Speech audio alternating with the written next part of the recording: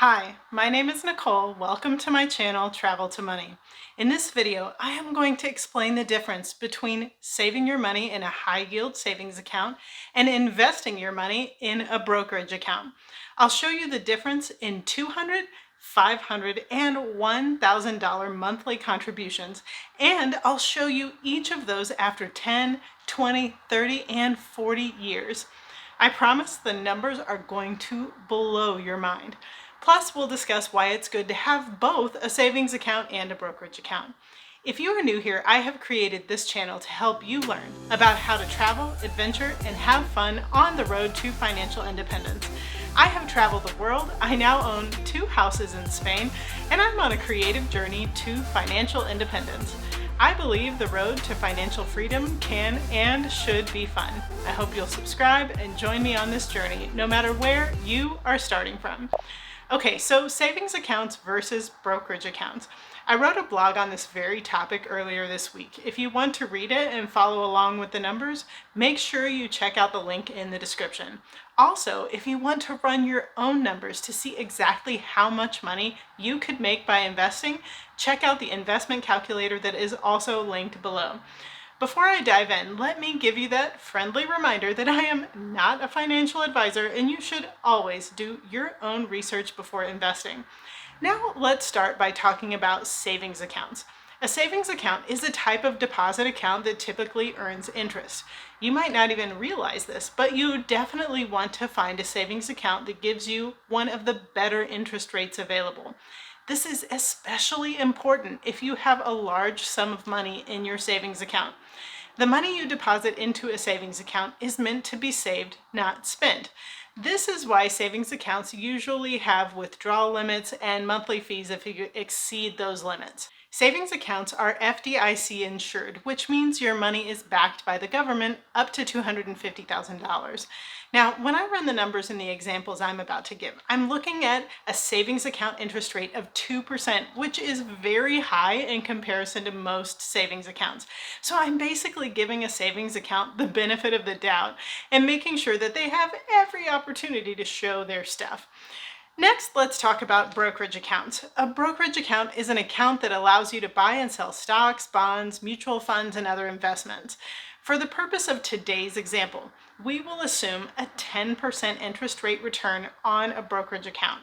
Of course, there are no guarantees with a brokerage account, so I'm just basing this number on the return of the S&P 500 over the last 30 years, which has averaged 9.84%. So we're rounding up just a tad. Savings accounts usually compound their interest monthly. So for the savings example, we are looking at monthly compounding. Brokerage accounts will compound interest at varying intervals. So for the following examples, we are compounding brokerage account numbers at a quarterly interval. Now that we know the difference between a savings account and a brokerage account, let's look at the financial difference at the end of 10 years based on different contribution levels each month. If you contributed $200 per month to a savings account, at the end of 10 years, you would have $26,544. In an investment account returning 10%, if you contributed $200 per month, at the end of 10 years, you would have $40,442. In this example, the brokerage account earned you $13,898 more than the savings account. In the next example, we are going to look at the same 10 years, but with $500 per month. In the savings account, after 10 years, you would have $66,360. In the brokerage account, after 10 years, you would have $101,104. In this example, the brokerage account earned you $34,744 more than the savings account. Okay, now we're going to look at the last example of contributing for 10 years, and that is at the $1,000 mark. In the savings account, after 10 years, you would have $132,720.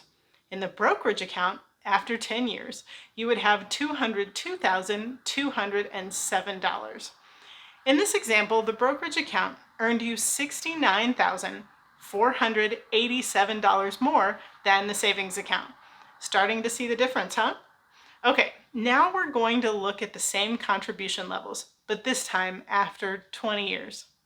At the $200 per month contribution level, after 20 years, your savings account would have $58,959, but your brokerage account would have $149,030.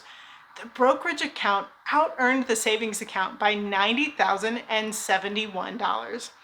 What could you do with an extra $90,000? At the $500 per month contribution level, after 20 years, your savings account would have $147,398.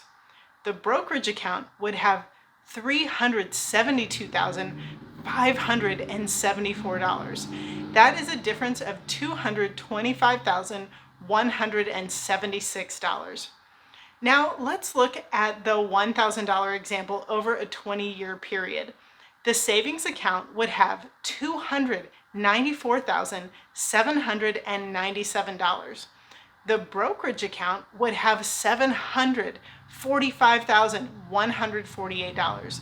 That is a whopping difference of $450,351. That's almost $500,000, and we're only at the 20-year mark. I know 20 years seems like a long time, and no time seems convenient to start, but I want you to imagine yourself in 20 years. Really take a second to picture yourself. That person 20 years from now will look back and thank the you from today if you have the discipline to start investing. If you think your 20-year self will thank you, let's take a look at 30 years. All right. You know the drill. $200 per month in a savings account after 30 years comes to $98,545. In the brokerage account, it comes to $440,595. The difference is $342,050. At $500 per month at the 30-year mark, your savings account would have $246,363. Your brokerage account would have $1,100,489. The difference here is $855,126. I want you to think about that for a second. The difference is almost $1 million.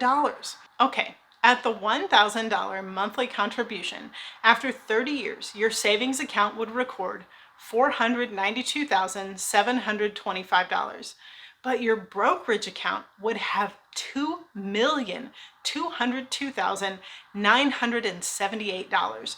The difference is $1,710,253. This honestly makes me get teary-eyed.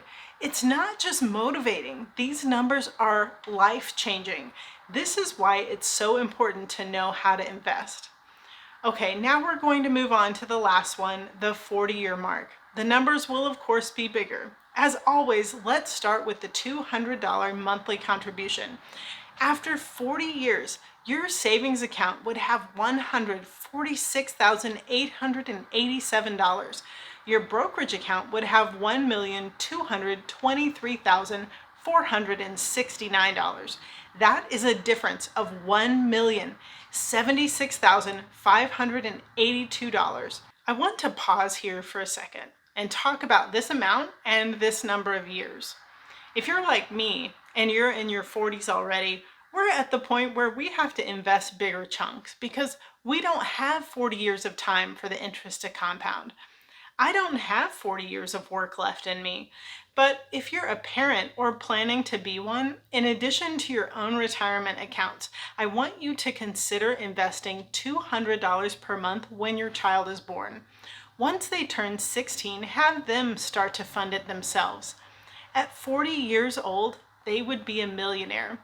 Maybe you have a teenager and you've missed those first 16 years. Still, have them start now. The earlier you start, the less money you need to put in monthly to end up at a big number. $200 a month might seem like a lot to some, but it's way easier to discipline yourself at that amount than at a much higher amount later. Okay, now let's move on to $500 per month after 40 years. Your savings account would have $367,218. Your brokerage account would be at $3,058,672. The difference here is $2,691,454. Well, we've made it to the final number, and as you can probably guess, it is the most mind-blowing. $1,000 per month at the 40-year mark. In your savings account, you would have $734,435. Not bad, getting close to a million, but still not there. Okay, your brokerage account would have the massive amount of $6,117,344. The difference is $5,382,909. I don't want anything to hold you back from this. I really hope that this either inspires you to start investing or motivates you to keep investing. There is a lot of multiplication of money when you add the power of time. If you feel afraid because you were confused about what stocks are, what to buy, how to set up an account, or any other number of fears you might have, I want to encourage you to overcome your fears. I am here to help. You can click right up here to watch a video on how to open an investment account. I walk you step by step. I'm always hesitant to tell people specifically what stocks to buy because I can't guarantee anything. But if you're not sure, it's generally always considered a good choice to invest in the S&P 500. This is a fund that buys stock in the top 500 US companies, so you'll automatically be invested in a lot of the best stocks. I have at least half of my investments in there myself. The ticker symbol is VOO. Again, you have to make those decisions for yourself, but don't let fear keep you from making a move. I want to talk for just 1 second about the importance of having both a savings and a brokerage account. A savings account should be used for things like saving your emergency fund, or if you're saving for something specific that you need to purchase, like the down payment on a house. That is when you want to use a savings account. Everything else you want to put in your brokerage account. If you want to sign up for financial coaching where we work on your budget, you can book a session on my website. But keep in mind that there are a lot of free resources right here on this channel. Remember that I am here to help. Leave a comment with questions or reach out to me on Instagram at Travel to Money. Now, do me a big favor, like this video and subscribe to join me every Sunday where travel and adventure build financial freedom. I can't wait to see where your dreams and your brokerage account will take you.